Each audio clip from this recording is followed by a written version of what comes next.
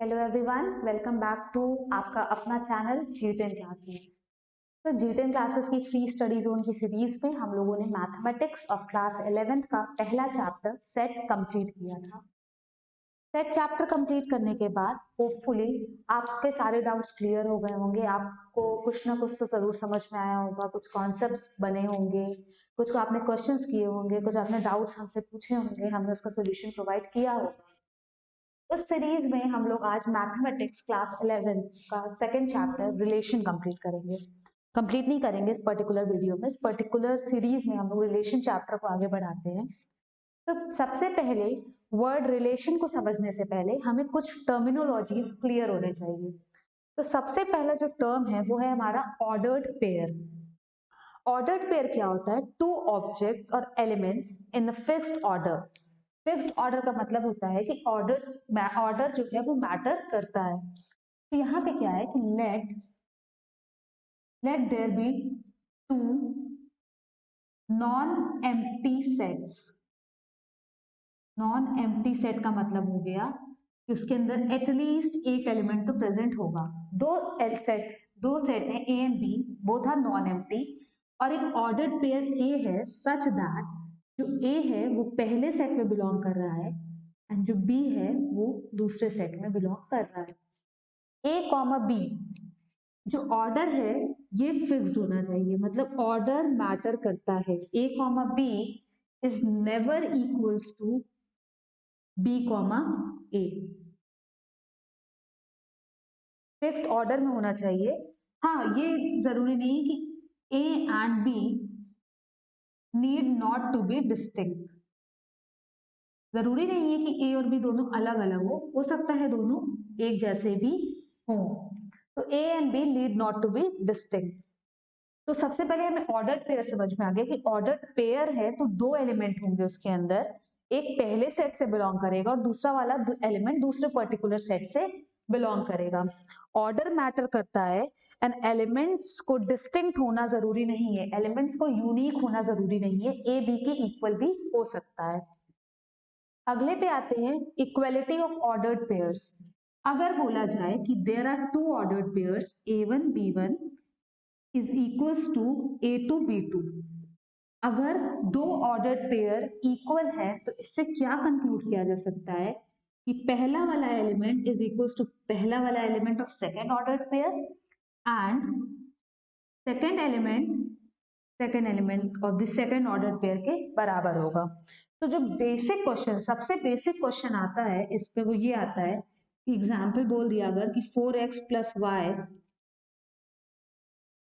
2x plus y, ये एक ordered pair है, इज इक्वल टू 1, 2।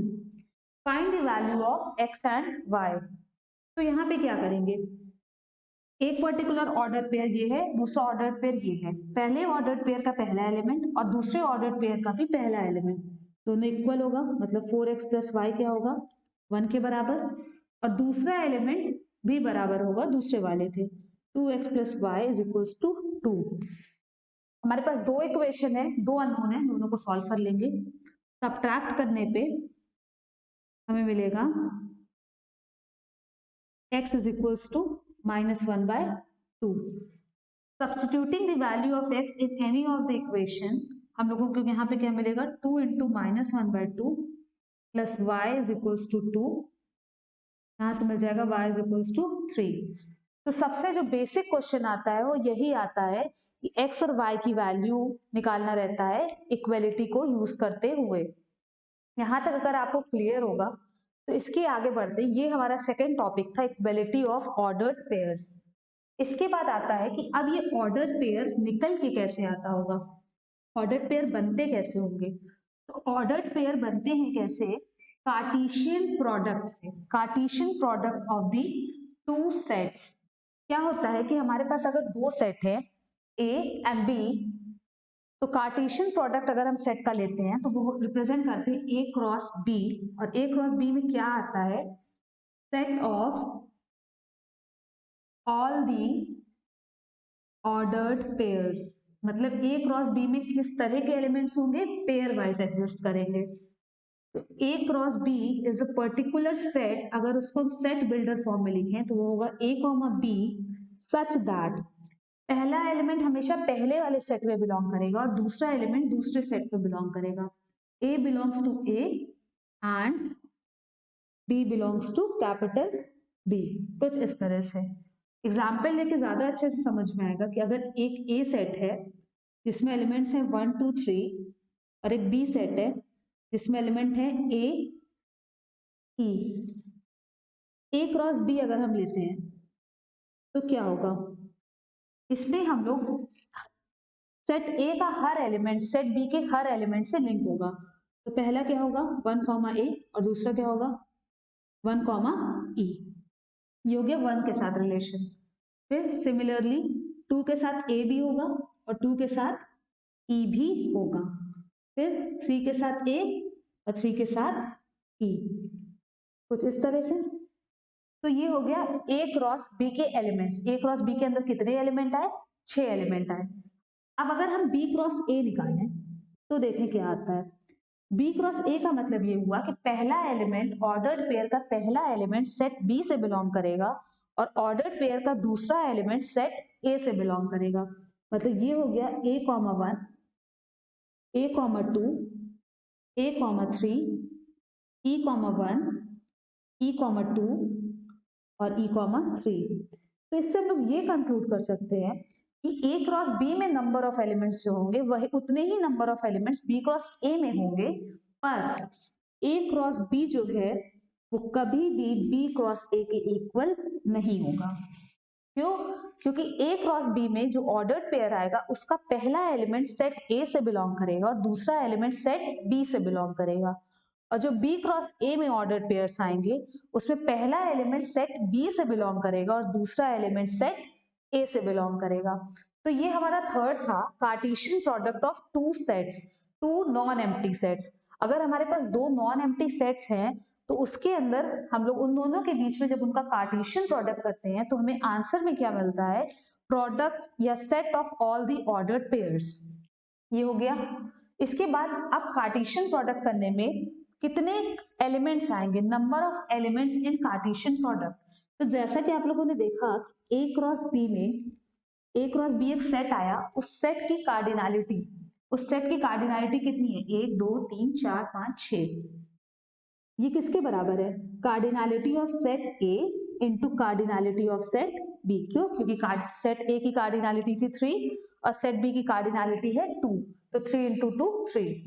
इसी तरह से अगर हम n of B cross A करेंगे तो वो होगा n of B into n of A, जो कि हमें ये भी हमारा क्या आएगा 6 आएगा। क्यों? क्योंकि मल्टीप्लीकेशन कैसा ऑपरेटर होता है, कम्यूटेटिव होता है। इसका मतलब cardinality of A cross B is equals to cardinality of B cross A. ठीक है, तो यहां से हम निकाल सकते हैं कि अगर हमारे पास दो सेट है और हमें पता है कि दोनों सेट में कितने नंबर ऑफ एलिमेंट्स हैं, तो हम वहां से पता कर सकते हैं कि उस पर्टिकुलर दोनों सेट्स का जब कार्टेशियन प्रोडक्ट लिया जाएगा तो कार्टेशियन प्रोडक्ट लेने पे नंबर ऑफ एलिमेंट्स कितने आएंगे। वीडियो को पॉज करके नोट डाउन कर लीजिए, तो दैट अगर आपको कभी फ्यूचर में रेफरेंस लेना हो, किसी भी टाइप का कोई भी डाउट हो, तो आप अपने नोट्स में देख सकते हैं। आगे बढ़ते हैं। आगे है हमारा topic graphical representation of Cartesian product of sets. Graphical representation मतलब कि अगर हमारे पास एक पर्टिकुलर मान लेते हैं कि ए क्रॉस बी ही लेते हैं जो हम लोग लेके चल रहे थे, कुछ ये आया 1 क्रॉस 1 कॉमा ए 1 कॉमा ई, कुछ ये था। मान लेते हैं कि एक ऑर्डर्ड पेयर्स का सेट है, इसको अगर हमें ग्राफिकली रिप्रेजेंट करना है तो ग्राफिकली रिप्रेजेंट करने के लिए जो पहला सेट है ए, उसके एलिमेंट्स को हम एक्स एक्सिस पर रिप्रेजेंट करेंगे और जो दूसरा सेट है बी उसके एलिमेंट्स को हम वाई एक्सिस पर रिप्रेजेंट करेंगे। सेट ए के एलिमेंट्स थे 1 2 3 और सेट बी के क्या एलिमेंट्स थे ए ई। नंबर्स भी हो सकते हैं, अल्फाबेट्स भी हो सकते हैं। पहला एलिमेंट है 1 कॉमा ए, एक्स एक्सिस पे 1 और वाई एक्सिस पे ए, तो ये हो गया 1 कॉमा ए। दूसरा एलिमेंट है 1 कॉमा ई, पहला एलिमेंट एक्स एक्सिस पे 1 और दूसरा एलिमेंट वाई एक्सिस पे ई, ये कितना हो गया 1 कॉमा ई। इसी तरह से यहाँ पे आ गया 2 कॉमा ए, ये हो गया 2 comma E, 3 comma E and 3 comma A. तो ये होता है कि किसी भी अगर हमें हमारे पास दो सेट है, हमने उनका कार्टेशियन प्रोडक्ट निकाला, उस कार्टेशियन प्रोडक्ट को हम ग्राफ पे कैसे रिप्रेजेंट करेंगे। तो जो पहला वाला सेट है कार्टेशियन प्रोडक्ट में, जो पहला सेट है उसको एक्स एक्सिस पे रिप्रेजेंट करेंगे और जो दूसरा सेट है उसको हम वाई एक्सिस पे रिप्रेजेंट करेंगे। उसके बाद सारे ऑर्डर्ड पेयर्स को यहाँ पे स्कैटर कर देंगे, scatter according to their position ही करेंगे, ये नहीं कि स्कैटर कर दिया। तो ये था graphical representation of the Cartesian product of the sets. अगर हम कार्टेशियन प्रोडक्ट का ग्राफिकल रिप्रेजेंटेशन करते हैं तो ए क्रॉस बी का रिप्रेजेंटेशन और बी क्रॉस ए का रिप्रेजेंटेशन अलग अलग आएगा। जाहिर सी बात है अगर बी क्रॉस ए है तो बी वाला सेट एक्स एक्सिस पे होगा और ए वाला सेट वाई एक्सिस पे होगा। तो ये था हमारा ग्राफिकल रिप्रेजेंटेशन। उसके बाद आता है diagrammatic representation of Cartesian product of sets. Diagrammatic representation में क्या करते हैं, ओवल्स बनाते हैं, ठीक है। जो पहला वाला सेट है मतलब ए, वो लेफ्ट साइड में, और जो बाद वाला सेट है मतलब कि बी, वो राइट साइड में। इस ओवल के अंदर ए सेट के सारे एलिमेंट्स और इस पे बी सेट के सारे एलिमेंट्स फिल कर देंगे 1 2 3, और यहाँ पे हमारा ए ई। अब हम लोग देखेंगे 1 किसके किसके साथ है, ए के साथ है और ई के साथ है, मतलब 1 ए के साथ है और 1 ई के साथ है। एरो हमेशा पहले एलिमेंट से दूसरे एलिमेंट की तरफ हमारा एरो होगा। आगे बढ़ते हैं, जो 2 है वो किसके किसके साथ है, ए के साथ और ई के साथ। सिमिलरली 3 किसके साथ है, ए के साथ ई के साथ। ये हो गया हमारा कार्टेशियन प्रोडक्ट का डायग्रामेटिक रिप्रेजेंटेशन। यहाँ तक नोट डाउन कर लीजिए, ये जो हम लोगों ने 6 टॉपिक कवर किए हैं, ordered pairs, equality of ordered pair, Cartesian product, number of elements in Cartesian product, graphical representation of Cartesian product of the sets and diagrammatic representation of Cartesian product of the sets। इससे बहुत ही ज्यादा easy questions आएंगे। एक question आ सकता है, अभी तक हम लोगों ने सिंपल 2 सेट का देखा, हो सकता है कि हमारे पास जो क्वेश्चन आए वो 3 सेट का आए। 3 सेट का जब आएगा, मान लीजिए एक पर्टिकुलर सेट दिया है या 3 डिफरेंट सेट्स दिए हुए हैं और उसका कार्टेशियन प्रोडक्ट निकालना है 3 के बीच में, तो हम लोग कैसे निकालेंगे। जैसे फॉर एग्जांपल अगर हमको ये दिया है, ए जो दिया है वो है 0,1, लेट इट बी 0,1, और हमें निकालना है ए क्रॉस ए। तो सबसे पहले तो नंबर ऑफ एलिमेंट्स कितने होंगे, हमें लगता है पहले निकालते हैं, अगर हम ए क्रॉस ए निकालते हैं तो 0,1 क्रॉस 0,1 क्रॉस 0,1, इसको हम लोग मल्टीप्लाई करें, अगर इसका 0 सेट बनेगा 0,0,0 0,0,1, ठीक है। उसके बाद 0,1,0 0,1,1, मतलब इसका 0 हमने फिक्स किया पहले और इसका भी 0 फिक्स किया, उसके साथ इन दोनों को अलग अलग ले लिया। उसके बाद इसका 0 फिक्स ही था, इसका 1 फिक्स किया और इसके साथ 0 0 0 ले लिया। इसके बाद क्या करेंगे, इसका 1 फिक्स करेंगे 1 के साथ, इसका 0 हो गया, 0 0 हो गया, 0 1 हो गया, अब 0 0 0 1 हो गया, अब 1 0 1 0 0 1 0 1। उसके बाद अगर दोनों का 1 फिक्स करें तो 1 1 0 और 1 1 1। कितने एलिमेंट्स हुए, 1 2 3 4 5 6 7 8। कैसे आया, n into A n of A, sorry into n of A into n of A, 2 2 4 2 8, ठीक है। तो सिंपल है, अगर हमें 10 सेट दे दिया जाता है हम सारे सेट्स की कार्डिनलिटी को मल्टीप्लाई करेंगे तो हमें कार्टेशियन प्रोडक्ट से ऑब्टेन होने वाले सेट की कार्डिनलिटी का पता चल जाएगा, ठीक है। ऑर्डर मैटर करता है, ये चीज याद रखिएगा। तो ये था हमारा रिलेशन चैप्टर का फाउंडेशन कह सकते हैं, बेस कह सकते हैं कि यहाँ तक हमें अगर पता होगा तो उसके बाद हम फर्दर ऑन प्रोसीड कर सकते हैं। तो यहाँ तक आप लोग पढ़िए, इसके बाद जो भी डाउट्स हो आप लोग पूछिएगा कमेंट सेक्शन में। तो ये जो 6 टॉपिक्स हम लोगों ने पढ़ा, ये जो 6 टॉपिक्स पढ़ा है इसको एकदम ध्यान से पढ़िएगा, क्योंकि आगे के जो कॉन्सेप्ट्स हैं रिलेशन चैप्टर के बोल लीजिए या फंक्शन चैप्टर के, वो इसके ऊपर कंप्लीटली डिपेंडेंट है, कंप्लीटली बेस्ड है। मतलब ये आपका आगे आने वाले रिलेशन के पूरा चैप्टर और फंक्शन चैप्टर का बेसिक है।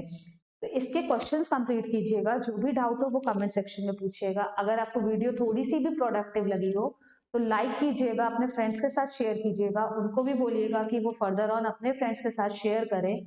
अगर प्रोडक्टिव लगती है तो शेयर जरूर कीजिएगा। प्लस हमारे चैनल को सब्सक्राइब कीजिएगा, क्योंकि हम जल्द से जल्दी जल्दी सारे पूरा चैप्टर कवर करेंगे, पूरा सिलेबस इनफैक्ट कवर करने की हमारी पूरी कोशिश रहेगी, ताकि आपके एग्जाम्स में अच्छे मार्क्स आए। उसके बाद चैनल को सब्सक्राइब करने से फायदा होगा कि आपको तुरंत नोटिफिकेशन मिल जाएगा, और आपको जैसे ही नोटिफिकेशन मिलेगा अपकमिंग वीडियोस का वो भी कवर कर सकते हैं। Thank you for watching the video. Have a good day.